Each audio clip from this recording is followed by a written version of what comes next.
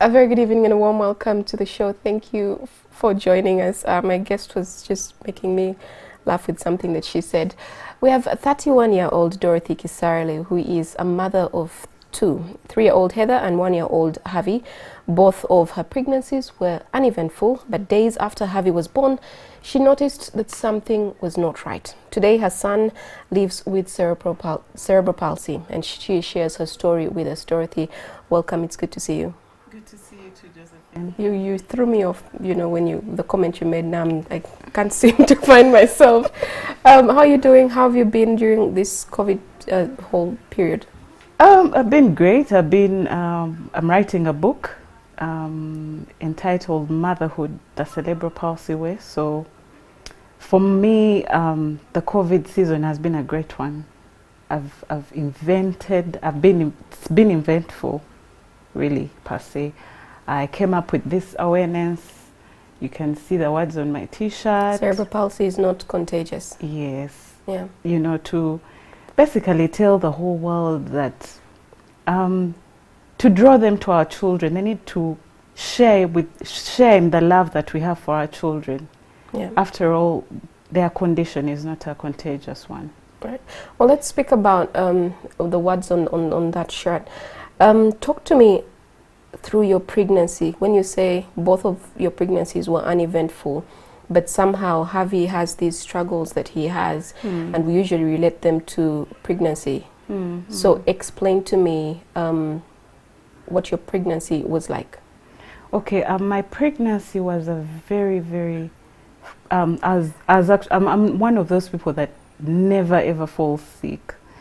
So with Harvey, I had Harvey on 4th January 2019. It was a Friday at 3 p.m.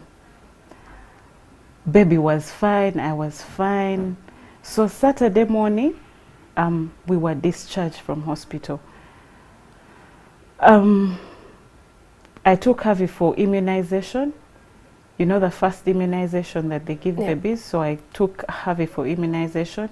But the nurse told me, you need to take this baby out of you need to put him under the sun for, as long as this slight yellowness in his eyes clears. He had jaundice? Yes, he had jaundice. So, of course, I knew what jaundice was because my first child had jaundice. The only difference, however, is that Heather's jaundice manifested, I think, about 5 days, when she was 5 days. Now, for Harvey, it manifested before he made 24 hours. Because remember, I gave birth Friday at 3 p.m. But by morning, Saturday morning, I think this was about maybe 8, when I took him for immunization, he had slight yellowness in his eyes.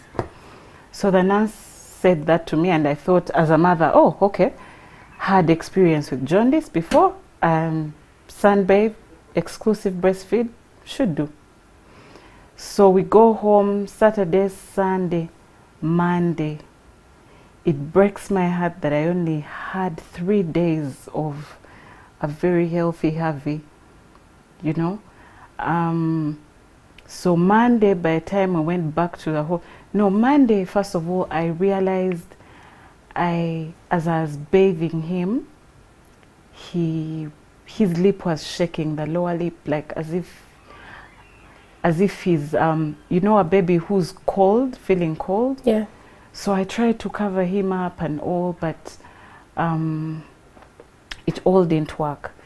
I put him to the breast to feed, and I realized the milk, he could not swallow.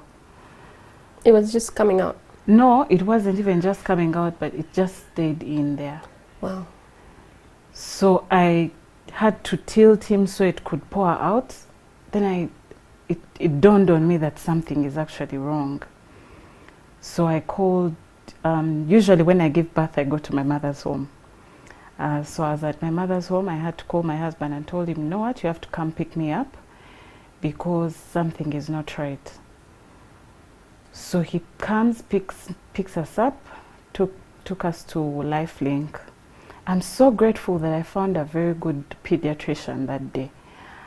This lady, as soon as we reached, this lady just said, She actually didn't say anything to us. I just heard her calling, hello, reception, please get me an ambulance, it's an emergency, a 3-day-old child, oxygen line. So I was traumatized. Now, maybe just to take you back, Josephine, on our way to the hospital, I realized the baby's neck kept going backwards. So I kept pushing it to come back, and it kept doing this, going back. Now, by the time, I think the last time I tried to push it back to normal position, it couldn't. Now it had stiffened from that angle. It was so painful. So by the time we got into the clinic, his jaw had also dropped. So I realized, you know what, this is it. At least from I'm not a medic, but I know that once a jaw drops, I think it's a wrap. Someone is going to die. So I had not yet though resigned to the fact that I'm going to lose my child, no. But I was in denial, let's just say. So as soon as the ped, she didn't have the time to, you know, take what's the child's name, what, nothing. She just called, hello, emergency, I need an ambulance, set up an oxygen line.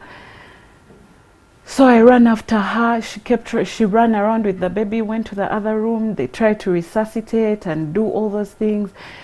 So now I kept following her. Doctor, please say something. What's wrong with my child? She ignored. So it's until we were in the ambulance, settled. Please note, she went along with us. But before we set off, she asked me, I would recommend 2 neonatal ICUs. Either we go to Nakasero or in Zambia. So I told her, let's go to Zambia. So while in the ambulance that I now had her engaging with the nurse, telling him, please do this. The baby is having a seizure right now. This is a seizure. Now when I looked at the baby was not crying, was not doing anything. She was carrying the baby? No. There's a like a bed. Okay. So this, I'm sorry, but this is Monday. What time? This is Monday now at about 3 p.m. Yes. So we get to now we finally get to Zambia hospital. You know how it is in these big hospitals. Now I think by the time we got to Zambia, it was maybe 4, coming to 4.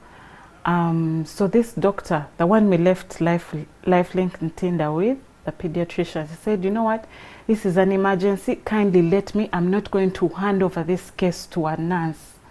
Let me hand over to a fellow pediatrician. So the doctors came, now there were a team of I think about 5, all surrounding my son, asking me questions. Then at one point, one of them started pushing me out. No, you're the mother. We know you're the mother, but please step aside while we work. So I said, no, I don't yet know why my son is being treated as an emergency. He's not crying. He's not. Please tell me what is wrong. Why is his neck tilted backwards and has stiffened? What is going on? So as I was going out, I had one of them. In fact, as I was shutting the door behind me, I had one of them saying, because they kept shouting at one another, guys, I don't know who is going to do this, but one of you has to counsel that mother. This child is not going to make it. I said, what? No, I had that. So I opened the door. I said, no, I had that. Please let me, even if it's the last, let me at least take 2 pictures. And I took those pictures. Today I look at them and I'm just grateful, you know. He made it through. So that night, they told me not to breastfeed him. They put him under. Yeah. Thank you. They put him in an incubator. They put, of course, UV light, and you know what the doctor had said kept ringing through my head, and I said, if my child is going to pass, let him pass while I look at him. Let him pass while I watch. Yeah. I sat all through the night by the incubator, looking at him. Please note his neck was stiff, his hands were stiff, his legs. He had turned into something I hadn't seen, Yeah. you know. And Dorothy, were you alone in the hospital at this point? I was with my cousin. Of course, because the setup of the NICU is in such a way that only a mother has a bed, not where the child is. The children are in the NICU unit. Then there's somewhere else where the mothers, the caretakers, of course, most times it's the mother, or maybe the mother, because it's also a new mother, has another caretaker. So it was me and a cousin of mine called Dorothy as well. But she kept telling me, come and rest, come and rest. I said no. How do you rest at that time? For me, and I was so tired, Josephine, but I could not sleep because now nurses kept coming in to wake up the mothers. They would call us by our children's names. Harvey is crying. You know, they would come and shout because it's a big room. So I said, you know what? I remember at one time I actually tried to sleep and I couldn't resign to the fact that at some point a nurse would come and say, who's Harvey? Who's mother to Harvey? Madam, it has happened. I did not want that to happen. So I said, let me put a chair and watch it happen so that I am the one to go and tell the nurses, you know what, I think my child has passed. But thankfully, morning came. So when morning came, nurses and doctors came. Nsambia is a very good hospital. They always have those ward rounds. So I remember they came, a team of several of them. When it got to Harvey, they told me, Madam, this is what is going to happen. We're going to do, there's what they call an exchange transfusion. Now, an exchange transfusion is different from a blood transfusion. An exchange transfusion, they take out everything, all the blood, they draw out all the blood and put fresh blood. Now, because all his blood had been, the bilirubin levels were really, really high. You're speaking a language I don't understand. What's that? That which causes the jaundice, I don't know what to call it in the blood. What causes the jaundice levels to rise is called bilirubin. It was so much that they had to draw out all the blood and put fresh blood, which is what they call exchange transfusion. Were you? Did you donate blood? Had you? No, we had to get blood from Nakasero blood bank. So I've been so inquisitive about my son's condition right from the start that I kept asking doctors each and every step, you know, keenly. And I remember they explained to me what that was going to, what it entailed, and they told me, you know, the main vein in our bodies at that stage is the umbilical cord, so we're going to have to cut off that cord. I said, what? Yeah, they cut it off. You know, the newborns, at 3 days old, it has not yet fallen off, so they had to cut it off and insert. That's where they get the vein. Okay, that's like the main vein that they use. So for me, all those things were really, really hurtful, but at the back of my mind, I knew that my baby would make it. So I kept asking friends who are doctors what it entailed, what's it about. And this particular friend told me, you know what, Dorothy, let us pray. That procedure also has usually side effects, but let's just pray. for the best, because it's the best alternative right now. At this point, did you know what exactly they were treating? Had somebody sat you down and said, look, this is what we suspect, or this is what's happening? Had any of that happened? Yes, at that point I knew that it was jaundice that they were treating. They had already told me, because first they had explained to me what jaundice was, now the magnitude. Yeah. He was in a condition, he was in a, they also explained to me what that was. The stiffening is what they call canicterus. We were at that level. You know, now that's the extreme effect of severe jaundice. All right. I'm always amazed about how mothers who have gone through traumatic experiences with their children at birth or even later on in life become doctors, in the sense that they know all the language, they know. This is true. Yeah. But let's take a short break and we'll be right back.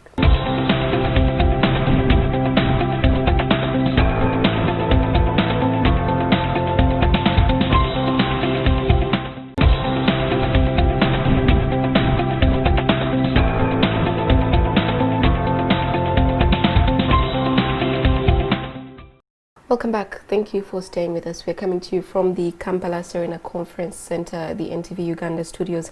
And in the studio with me, I have Dorothy Kisarale, who is sharing with us the experience of her child right after birth. And she finds out he has, at this point, it's jaundice at this point. Yes, yes. Yeah, all right. So how do we go from jaundice to now cerebral palsy?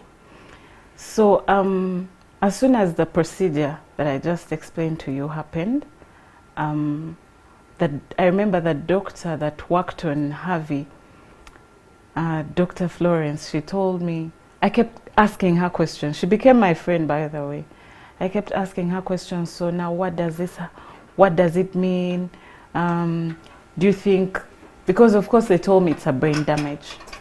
So I know everyone knows a brain damage is an irreversible thing. So I asked her, at that point in my, I was still in denial, and I kept saying, it's a newborn baby's brain, really. What's the worst? It can't be that serious. He doesn't know how to read, write. You know, people, I'd heard of older, no, I kept consoling myself with my husband, and we kept saying, there are people who get accidents and get brain concussions and come back. This is a newborn baby. He'll bounce back. You know, he'll bounce back. We were at that point. So she told me, Dorothy, he might pull through, but if he does pull through and you give him the best, I remember these words, she told me, if you give him the best care, the best therapies, the best, do all you can. I've seen children that come out and, you know, they live a normal life. I said, okay. Now, those were the best words. By the way, that's the best information that I've been told that time. At what point did your husband come in? Because was he in the ambulance with you when you left the hospital? He was driving ahead of the ambulance. Okay, but then you were in the hospital alone the first night? Yes, but he kept coming to, you know, because now one of us had to be with Heather. Yeah. Back at home, so, I mean, it couldn't be me. So, but he kept coming morning, evening. He would actually spend days in hospital the first week. How did he take the news of what was happening? At that point, he was now the stronger one. He was trying to be the stronger one for me. So he kept telling me, no, he'll be fine. It's not a bad thing. He has his legs. He kept telling me all sorts of consoling things. And I look back and it's so funny. But yes, he was the stronger one. Okay. He was there all the way to, you know, up to today. I remember when we left the hospital, I made a mental note that I have to actually be the best that I can be for Harvey, and I promise to do all that it takes to give him the best. So I did not resign to the fact that, oh, my child is like this, what am I going to do? You know, walling myself in pity, self-pity, no. And Josephine, everyone who knows me knows that I do not resign to self-pity. Even right now, I'm crying not because I'm crying because of the joy, you know, that when I look at him now, I'm in this belief. It's like a pat on my own back. Yeah. I've done the best that you can. Last week he called me Mama. Oh. You know, and yet they had said that that doctor told me when we were living in Zambia, I remember she counseled me quite a bit and told me he might not be able to walk, he might not be able to see, he might not be able to hear, he might not even be able to feed orally. We can't yet tell all that. So I left in Zambia in an uncertain space. I don't know if that makes sense. So as soon as we got home, oh, and I have a very, very positive mother. She kept telling me, no, he's going to walk. He can hear. You know, that's at that point what I kept wanting to hear, even if I had heard it from the doctor that it might not. So anyway, I can sort of hear your mother's voice saying those things. Yes, she's so positive. Even when my mother is so positive, even when you think, no, I don't know why she's thinking positive, yet it's clear it's bad, you know. But it helps a lot, and it has really helped me. So at that point, I remember I kept running around bookshops to check around for books on motherhood, raising a child with cerebral palsy specifically, not just not generic special needs. Yeah. I wanted a mother's experience on how to raise a child with cerebral palsy, you know, and there was no information like that. I remember I went to Aristoc, I looked around, there's no information like that. Online, it's experiences. It's until I found a group, I think it's called Adults with Cerebral Palsy, mentoring parents of children with cerebral palsy. It's an online group on Facebook that I joined and said, I have to give the best to my child. So what do these adults that have made it with cerebral palsy, what is it that they go through? What are their challenges? How was it for them? So I realized, oh, they're actually adults, you know, at that point, and they're writing, they're saying they have degrees, masters. Yeah. So my child has to go to school. So now what do I have to do? So it takes me back to Dr. Florence's advice, give him the best. I have to ask Dorothy, when you were leaving the hospital and they've given you your child and said he might not do this, he might not do, what state is he in, and what instructions or advice do they then give you of, so when you get home, this is what you start to do? Were you prepared for, now I'm out of the hospital where the eyes of the nurses and the doctors were constantly you know, on the child.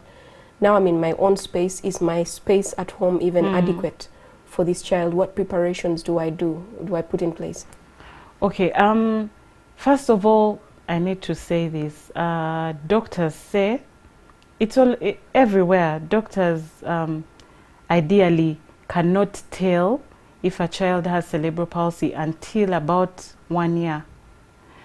So for me, it kept bothering me. Why is it that even on the internet, I kept checking, why do they say they can't tell a child has cerebral palsy until they make a year?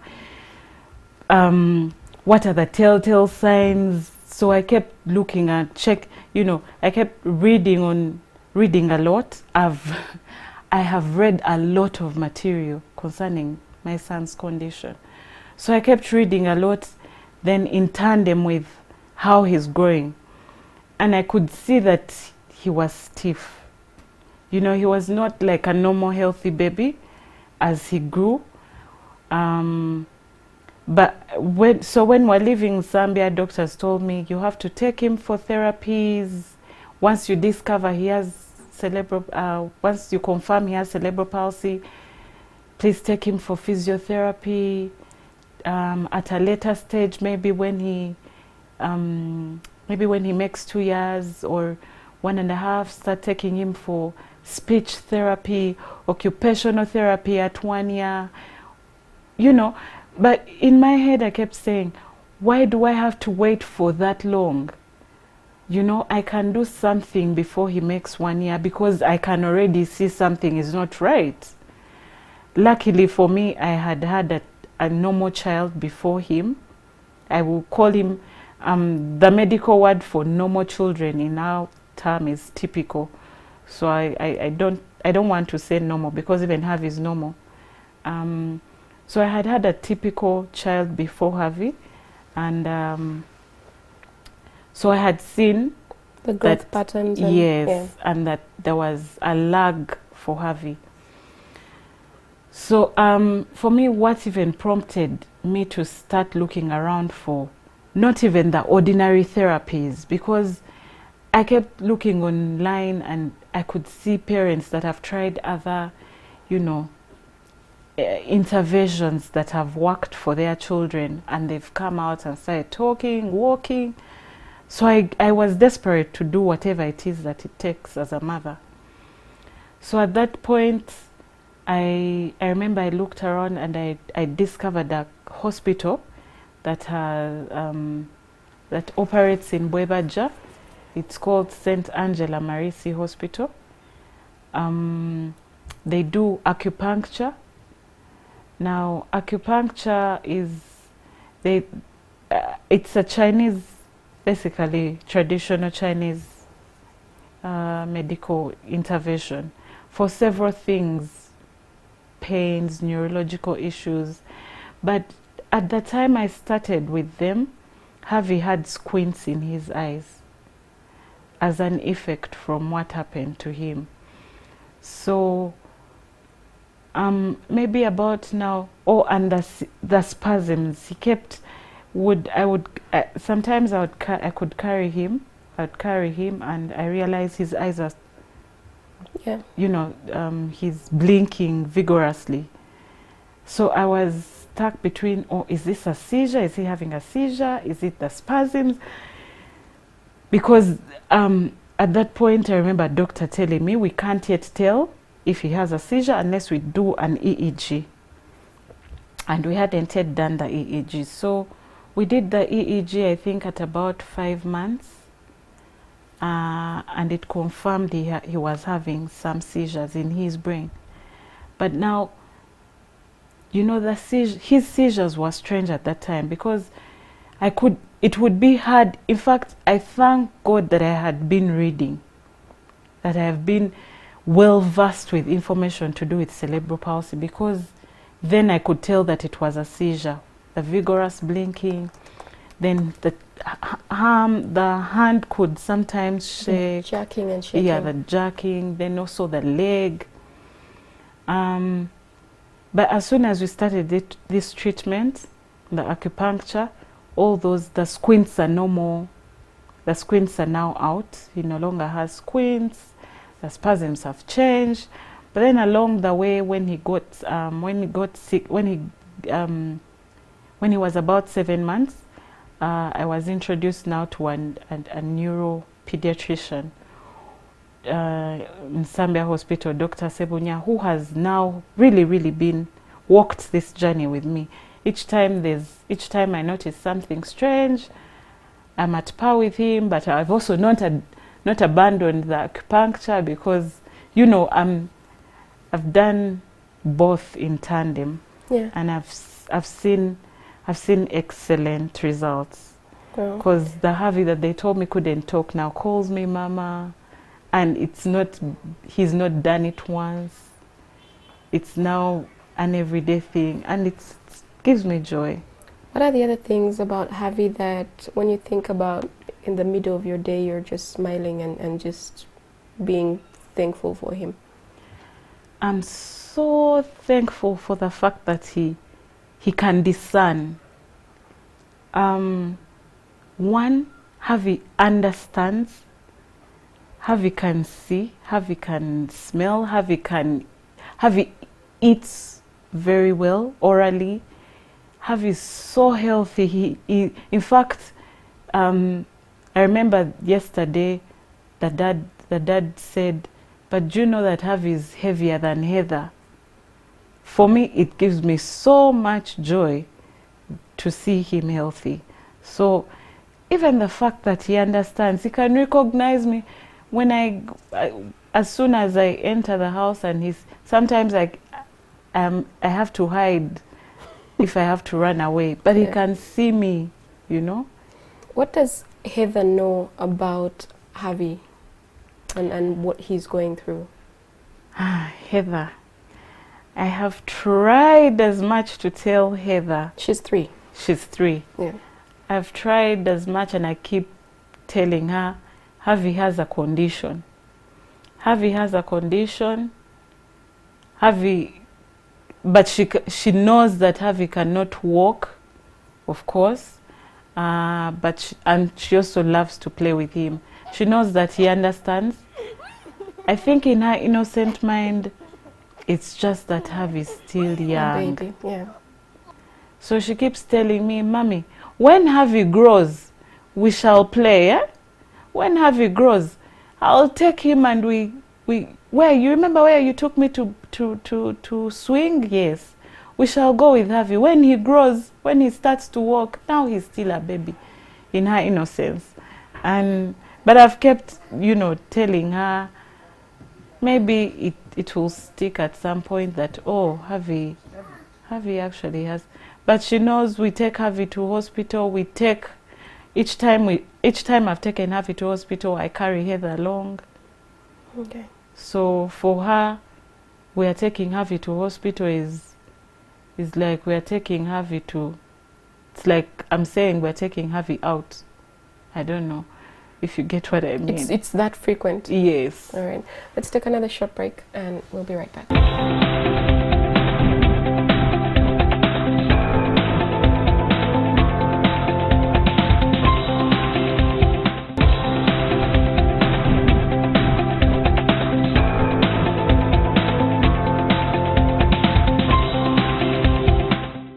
Welcome back. Thank you for staying with us. We are coming to you from the Kampala Serena Conference Center, NTV Uganda studios.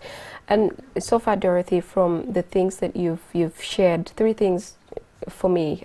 Please donate blood, people who are watching. Please give way for ambulances. That's why I asked you about the time, 3 p.m. You know, in the middle of the week, it's a miracle. And there was heavy traffic. Yeah, so how did you even maneuver through? I just thank God we didn't. But also at that point I was in a daze. So I did not even bother to look at the time. Yeah. I was in a daze, Josephine. Please donate blood. Please give way for ambulances. Please educate yourself. How are you coping now? How is your husband coping? And what other kind of support do you have? Josephine, I have a very group of supportive friends. My classmates from Gayaza, those girls have stood with me. I call all of them Harvey's mothers, you know. I remember during COVID, one of them told me, Dorothy, now that they've locked down everything, but I have a sticker. Please, in case you need to take Harvey to a hospital, let me know. Now, I stay along Gayaza Road, and this friend of mine, Welisha, stays Kamuli Road, wow, Namugongo. So she had to drive all the way to my place to pick me up that day. I had the day Harvey had a doctor's visit. So I have a huge backup of emotional support. How's your husband coping? He too has a huge backup of emotional support from the family, from his family. He's an only boy amongst sisters, so there's backup. Yeah. What's been the hardest thing for you in this journey? It's 1.5 years now. Yes, the hardest thing for me has been therapies, where to find a good person, a good therapist at a very friendly price. The prices are exorbitant.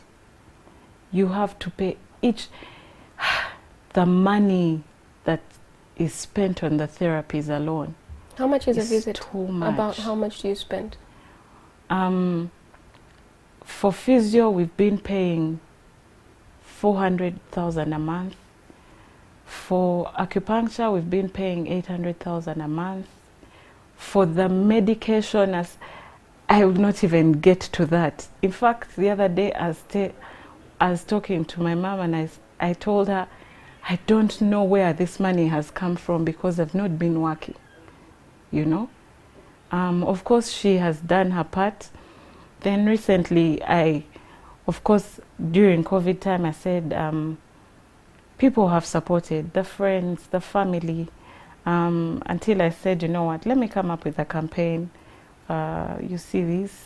I mean, I have mine. Yes. Cerebral palsy is not contagious. The shirts, the flasks. So I've been, while I'm creating the awareness, I've been selling these for people to buy. So the proceeds, of course, are also coming through for Harvey's therapy bills, because they're so big. I know you're not working, you're staying home, and I can just imagine it's difficult to leave your child with a nanny, and especially Harvey. But how have you managed then if your source of income is not there anymore? Yes, that's true. Friends have come through. Like I said, that group of friends at one point decided that they should give me monthly money for her to go towards Harvey's bills. Then my husband also, his business. But at one point, because we had to take Harvey to the hospital every day, the whole of last year. So, of course, it has also been strained, but sources came from there too. Then family, largely family, friends. It's until recently that I came up with this concept and said, you know what, let me do this. It's bringing in some money while I also put out the information, but also take care of him. Are there support groups for mothers or parents who are in the same situation? Do you know of any? Have you started one? Where does somebody else who's watching and is in the same situation, needing some kind of mental, kind of support, go? Actually, the mental part is really critical for us. I'll tell you, I'll be sincere with you. At one point, every special needs mother needs to have that mental health support system. So yes, I started a group. I opened up a page on Facebook called Motherhood the Cerebral Palsy Way, where I have been putting out a lot of information to share with another new cerebral palsy mother, because I was in a daze. I did not know how to care for my son. I did not know how to feed him. I did not know if I should treat him the way I treat Heather, or if I should, have a special way. So I opened that page mainly to put out information, but also to have another mother reach out to me so we could open a support group. And yes, in the final analysis, I opened up a WhatsApp group. But I've also been put a part of another huge family. But I have mine. Yes, there's a support group. We've not met physically, of course, because we have special needs children that take a lot of our time. But we talk frequently. We share on WhatsApp a lot. How big are the numbers on these groups? My personal group has about, I had to break them down because because I put the link on Facebook, so I had Kenyans reaching out, Ugandans reaching out, so I had to separate the Ugandan group from the Kenyan group. My Kenyan group has, I think they're about 30 mothers now. My Ugandan group has maybe about 20 or 15. Okay. They're about. Why are you talking about it? I know that a lot of parents, and I actually know a lot of them who are not open about speaking about the situation of their children, and they're very protective of them, keeping them away from the public view. And I can imagine the stares, the whispers, the open gossip, and people just downright walking to you and saying the most inappropriate thing. Where are you getting the courage to speak about it? Like I started, I have a very, very, very strong, positive mother. Josephine, for me, that is a very, very big backbone for me. This lady never resigns to defeat. So I sort of like have the same notion from her. I do not resign to defeat. So I had it at the back of my mind that, you know what, regardless of how people look at him or what people say, I can move. But while I can move, there's that mother next to me somewhere that will resign to the sneers, the jeers, the stares, and will break down. So not all of us are, you know, take it as well as I do, but yeah. This I'm sure has been a very teaching experience for you. I'm sure you've learned a lot in the last 1.5 years. Yeah. What are 2 key lessons that somebody watching should take away from your story? 2 key lessons. One, to the mother, to a mother out there that has a special needs child.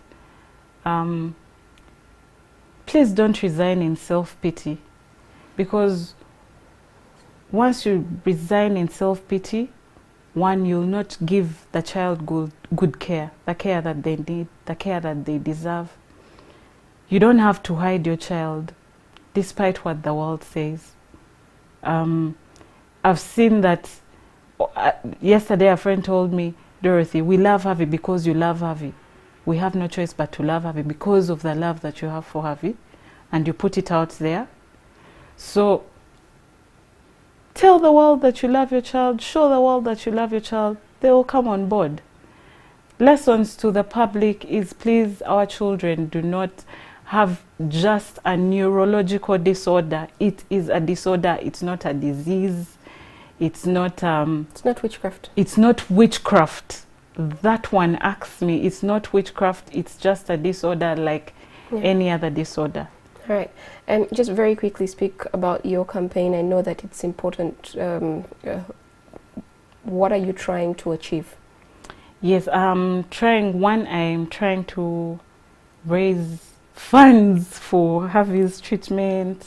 And then most importantly, like I said, while I can stand up to the sneers, the stigma, the jeers, another mother right next to me cannot. So please, when you do that, you put them down, and they cannot give the ample care to their child. So cerebral palsy is not contagious.